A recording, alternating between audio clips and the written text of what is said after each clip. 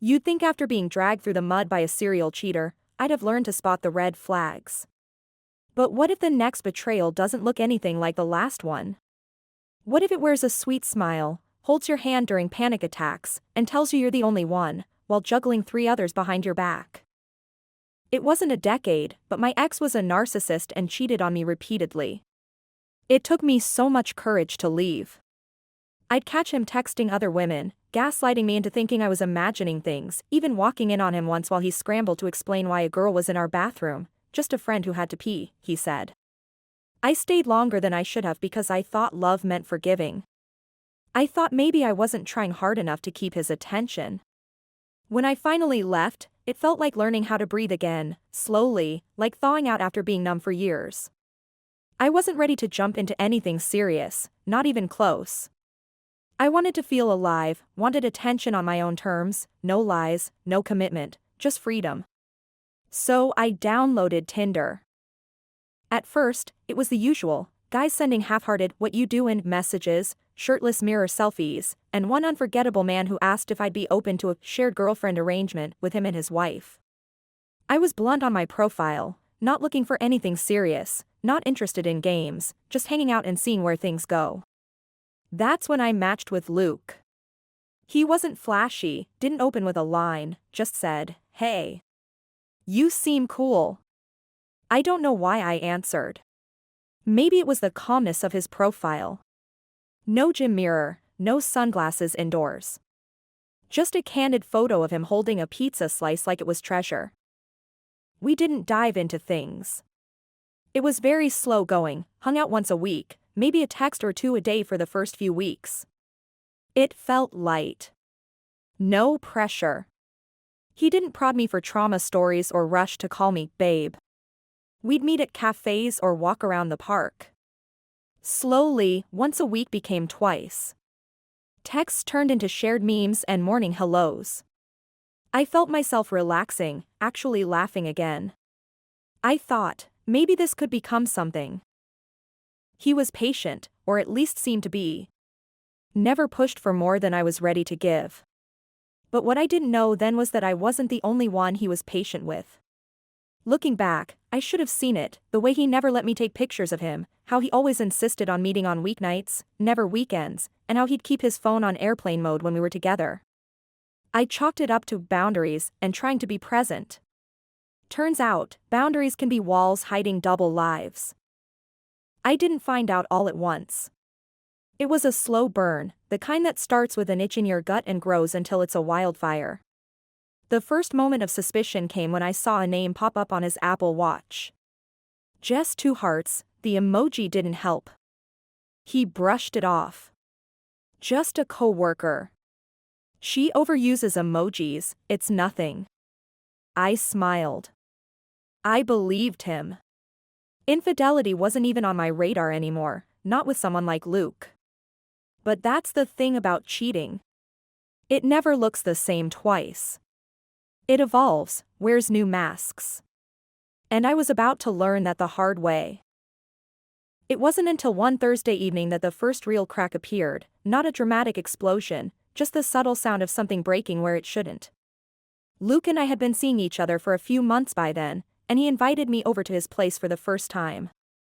That struck me as odd, because up until then, we'd always met somewhere neutral, a coffee shop, the park, once at a bookstore where we ended up sitting on the floor in the philosophy section, laughing about how neither of us had read any of the authors. His reason for avoiding home visits was, "My place is a mess," which didn't raise red flags initially. But when I finally stepped into his apartment, it was spotless, cleaner than mine, actually, and there was a single glass on the kitchen counter with lipstick that didn't match any shade I'd ever worn. I felt it immediately, like a pressure in my chest, but I said nothing. Instead, I gave him the benefit of the doubt, told myself maybe a friend had visited, maybe it was old, maybe I was reading too much into things because of my past. He noticed me noticing it, made a half joke about how his sister had been over and borrowed a glass. It sounded rehearsed, but I let it go. I wasn't ready to reopen old wounds by accusing someone I barely knew. I thought I was being fair. I didn't realize I was being trained to excuse the same behavior in a different disguise. The real unraveling began when I bumped into his coworker, Jess, at a downtown cafe. She recognized me instantly, even though I'd never seen her before. She said, "Oh, you must be Luke's friend. He mentioned you were helping him find a birthday gift for his girlfriend." Girlfriend. My stomach dropped. I blinked, smiled, pretended to understand, and asked casually, "Which girlfriend?" She laughed like I was in on the joke. "Lisa, of course. They've been together for over a year." I managed to keep my face neutral, mumbled something about needing to get back to work, and walked out on legs that didn't feel like they belonged to me. Everything after that was a blur: the sound of my heartbeat in my ears, the way the wind felt colder than it had 5 minutes earlier, the sudden realization that I had no idea who I'd been spending my time with. My hands shook as I opened our chat and scrolled through his messages. Sweet nothings, pictures, promises. It all looked so genuine. But it wasn't just me he was whispering them to. It wasn't even just two of us. I created a fake profile that night. Not my proudest moment, but something in me needed proof, something tangible to silence the voice in my head that kept telling me I was overreacting. It didn't take long. Within a day, he matched with my alter ego. He used the same line, "Hey, you seem cool." He told her he was single, new to the area, looking to meet someone honest. The irony nearly knocked the wind out of me. I watched as he played her the same way he played me. Even suggested the same bookstore meetup. When we met with him, I didn't scream. I didn't cry. I sat across from him at the same table where we'd once talked about dreams and travel and music, and I showed him the screenshots. For a second, his face cracked, not in guilt, but in annoyance, like I'd ruined a game he was winning. He didn't deny anything. Just said, "It's not what you think." I told him I knew about Jess. About Lisa. About the other profile. He laughed. "You were never supposed to find out." That was the part that stung the most, not just the cheating, the infidelity, the betrayal, but the fact that it was orchestrated. That I was one of many, a moving piece in a life he curated like a puzzle. And I wasn't even the corner piece, just one of the middle ones, easily replaced. I walked away from him that night, but that wasn't the end. Because the deeper I dug, the more I realized I hadn't been caught in one web, but several. And there were names I hadn't even heard yet, stories still hidden in the shadows, waiting to surface. After I walked away from Luke that night, I told myself it was over, that I'd finally untangled myself from his web and could move on. But something in me wouldn't settle. It wasn't just the betrayal, I'd survived infidelity before, it was the way it felt manufactured, rehearsed, almost as if I had unknowingly auditioned for a role in a life that wasn't mine. I couldn't shake the thought that there was more, so I did something I once swore I'd never do. I reached out to one of the other women. Lisa. I found her through social media, which wasn't hard considering she'd recently posted a photo with Luke in front of a cabin, captioned "Our Little Getaway." The date on the post made my stomach twist. It was the same weekend Luke had canceled on me, claiming he had a work trip. I sent her a message. Nothing accusatory, just a simple, "Hi Lisa, I think we need to talk. It's about Luke." She didn't reply for hours. When she finally did, it was just one line, "You too." That cracked something wide open. Within 24 hours, Lisa and I were on the phone, trading stories like war veterans comparing battle scars. Our timelines overlapped more than I expected: dinners with me on Tuesday, brunches with her on Sunday, text messages laced with sweet lies scattered across both our weeks. But she knew something I didn't. There was another woman. A third. Her name was Marissa, and she lived in the same building as Luke. "I found out when I went to surprise him," Lisa said, her voice trembling, and Marissa answered the door in his hoodie. My chest ached with a fury I hadn't felt in years, not even with my ex-husband, because somehow Luke had fooled me deeper. He'd mimicked sincerity, learned the right words to say, worn the right face. He was a mirror, reflecting whatever we needed him to be: gentle, attentive, quiet, while underneath, he was just building an empire of lies, each woman another brick. That's when I made the group chat. It felt insane, creating a space for women who had unknowingly shared the same man, but there was something powerful about it. Lisa added Marissa. Marissa added a fourth, a girl named Alina he'd met during a solo trip to Croatia. We pieced together a timeline that felt less like a relationship and more like a criminal case. Airline tickets that didn't match his stories. Duplicate gifts, the same necklace given to two different women, same wording in the cards. I remember typing, "He's not just cheating. This is pathological." We joked to keep from screaming. But then came the real punch. Alina told us she thought Luke had proposed to her. She had a photo of a ring, a tiny sapphire one, nestled in a velvet box. He said he was waiting for the right moment. The same ring, it turned out, that Lisa had found in his drawer weeks earlier and assumed was for her. That was when we stopped laughing. I didn't know what to do with all that pain. It wasn't just mine anymore, it was collective. All of us had been dragged through versions of the same manipulation, played against each other without even knowing. It wasn't enough to just block him. We wanted him to know we knew. So we agreed to meet, all of us. And we planned something that would make sure Luke never forgot who he'd tried to break. We chose a restaurant he'd taken each of us to at different points, the kind of place where the staff knew his name. We reserved a large table, 5 women seated like a jury, and invited him for a surprise birthday dinner under a fake name. When he walked in, his face dropped. He didn't even sit. He turned, but Lisa was faster. She stood and said loud enough for the whole room to hear, "We all know, Luke. Every lie. Every time you said we were the only one." He tried to talk his way out of it, of course. Claimed misunderstandings, denied any real wrongdoing, said things like, "You're all overreacting," and "It was never serious." But the worst part was when he looked at me, really looked, and whispered, "I thought you of all people would understand." Like we were partners in his deceit, like I should have accepted the infidelity because I wasn't supposed to want more. That was when I stood and said clearly, "I understand perfectly.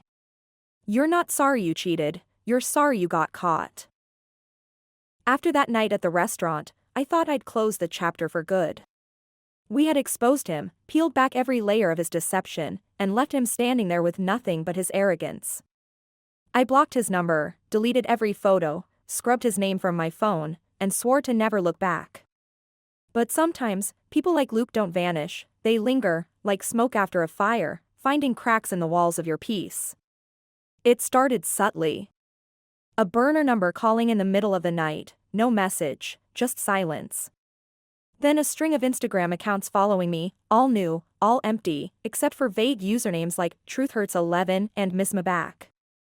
I told myself it wasn't him, that it could be anyone, but deep down I knew Luke wasn't done. He'd lost control, and men like him don't handle that well. They don't disappear, they shift tactics. What I didn't expect was how quickly the story twisted. One morning, Lisa called me in a panic.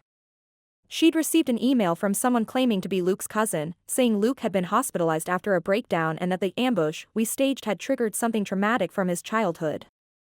I read the email myself. It was riddled with emotional manipulation, phrases like, "He only wanted to be loved," and "None of you truly understood his struggles." I almost laughed. The man had juggled 5 relationships like a game, lied through his teeth, and now we were supposed to feel guilty for unmasking him? But Lisa wasn't laughing. She was crying. "What if we went too far?" she asked. "What if he really is sick?" That's the thing about emotional abusers, they leave just enough room for doubt. Even when you know they're toxic, they haunt your empathy. But I couldn't ignore the inconsistencies. If he'd been hospitalized, why wasn't his family reaching out to next of kin? Why was a complete stranger sending the email? And then came the kicker. Alina did some digging and found out the email was linked to an old online handle Luke used in college. The cousin was Luke. That discovery made things shift again. What had started as messy heartbreak was turning into something more sinister, obsession. Marissa sent me a screenshot a week later of a dating profile she found on another app. It was Luke. Same photos, different name. But this time, his bio said, tired of fake women. Looking for someone real. No drama. It made my skin crawl. I wondered how many others he'd deceived before us, how many would come after. And then, one night, I came home to find an envelope taped to my door. No stamp, no address, just my name scrawled in handwriting I'd know anywhere. Inside was a letter, handwritten, 3 pages long. He called me, the only one who ever saw the real him, said he wanted to fix everything, asked for just one more chance. There was no apology, not really, just a list of excuses dressed as regrets. He blamed the other women. Said they pressured him. Said they manipulated him. It was astonishing, the way he flipped the narrative, as if cheating was something that had been done to him. I didn't respond. I filed a police report instead. The officer who took my statement didn't seem surprised. Guys like that always think they can talk their way back in, he said. Until someone says no loud enough. But even as I tried to move on, there was one final twist I hadn't seen coming. A week after I gave my statement, I got a message request from a woman named Jenna. She wrote, "I think we have something in common. I've been dating Luke for 3 months. He said you were his crazy ex." I froze. 3 months. That meant he'd started seeing her while everything else was unraveling. Even after being caught cheating, even after being confronted by 5 women, he'd simply replaced us. Like changing out batteries. Jenna and I talked for hours. She was younger than us, new to the city, and believed every word he said. Until she found the notes. A journal, half burned in his trash can, where he wrote about the drama group, that was us, and how none of them mattered. I felt sick reading it, like I'd swallowed a stone. Not because I still cared, but because I'd finally seen the truth. Luke wasn't just unfaithful, he was a collector. Each woman another prize, another ego boost, another lie to tell. I met Jenna in person on a rainy Sunday afternoon at a small cafe that smelled like cinnamon and old wood. She looked tired in a way I recognized all too well, not just physically, but emotionally hollowed out, like someone who'd been gaslit into questioning her own reflection. She slid a manila envelope across the table toward me. Inside were photocopies of journal pages, printouts of messages, even a few receipts that proved overlapping timelines. "I thought maybe you'd know what to do with it," she said quietly. And I did. I wasn't angry anymore. That part had burned out. What I felt now was colder, not vengeance, but clarity. Luke wasn't going to stop until someone forced him to. He'd moved through lives like a shadow, unbothered by the harm he left behind, and now there was proof. Tangible. Undeniable. And I wasn't the only one who thought it was time to do something more permanent about it. We gathered one more time, the 5 of us, now 6 with Jenna, not in some dramatic showdown but in a quiet room at a legal office where a friend of Marissa's worked. She helped us draft official statements, timelines, evidence lists. It wasn't about revenge.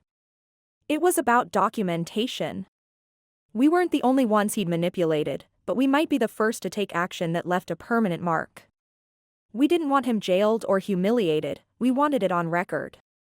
That he wasn't just a cheating ex-boyfriend, but a man who had manipulated multiple women simultaneously, lied about his identity, used emotional coercion, and continued contact even after being told no. The legal system wouldn't call him a criminal, but it could make it harder for him to start over clean in another city, under another name, playing the same game. But before we submitted everything, before we locked it all down, I asked for one last meeting. Just me and Luke. I needed to see him one more time, not for closure, that word had lost all meaning, but because I wanted him to look me in the eye and see what he'd lost. He agreed, of course. He always thought he could talk his way out of anything. We met in a park, under a tree that had started to bloom. He smiled when he saw me, like none of it had ever happened, like we were 2 people in the beginning again. He said he'd been thinking about me, that he still believed we had something real. I listened in silence, letting his words spill out like syrup over broken glass. When he finally stopped, I handed him the envelope. "This is what you created," I said. All of it. You don't get to rewrite the story this time. He flipped through the pages slowly, and for the first time, I saw something flicker in his expression. Not guilt, I don't think he was capable of that, but fear. Real, quiet fear. He asked what I planned to do with it. I told him the truth, we're making sure there's a paper trail. So that the next woman has a chance to see you coming.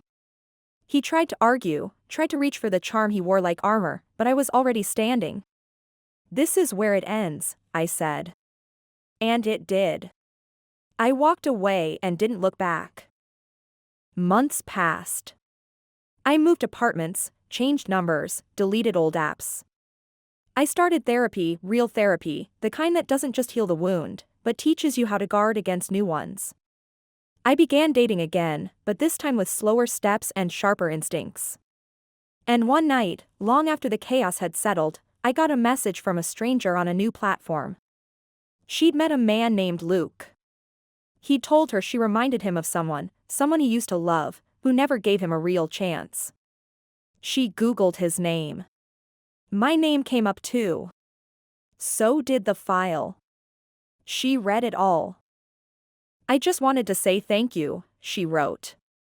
Because of you, I walked away before it even started. And that was it. That was the real ending.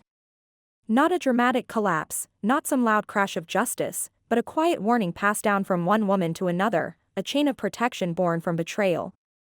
Luke never changed. But we did. And in the end, that's what mattered. We didn't just survive him. We stopped him. Together. And I never let someone like that near my life again. Not ever.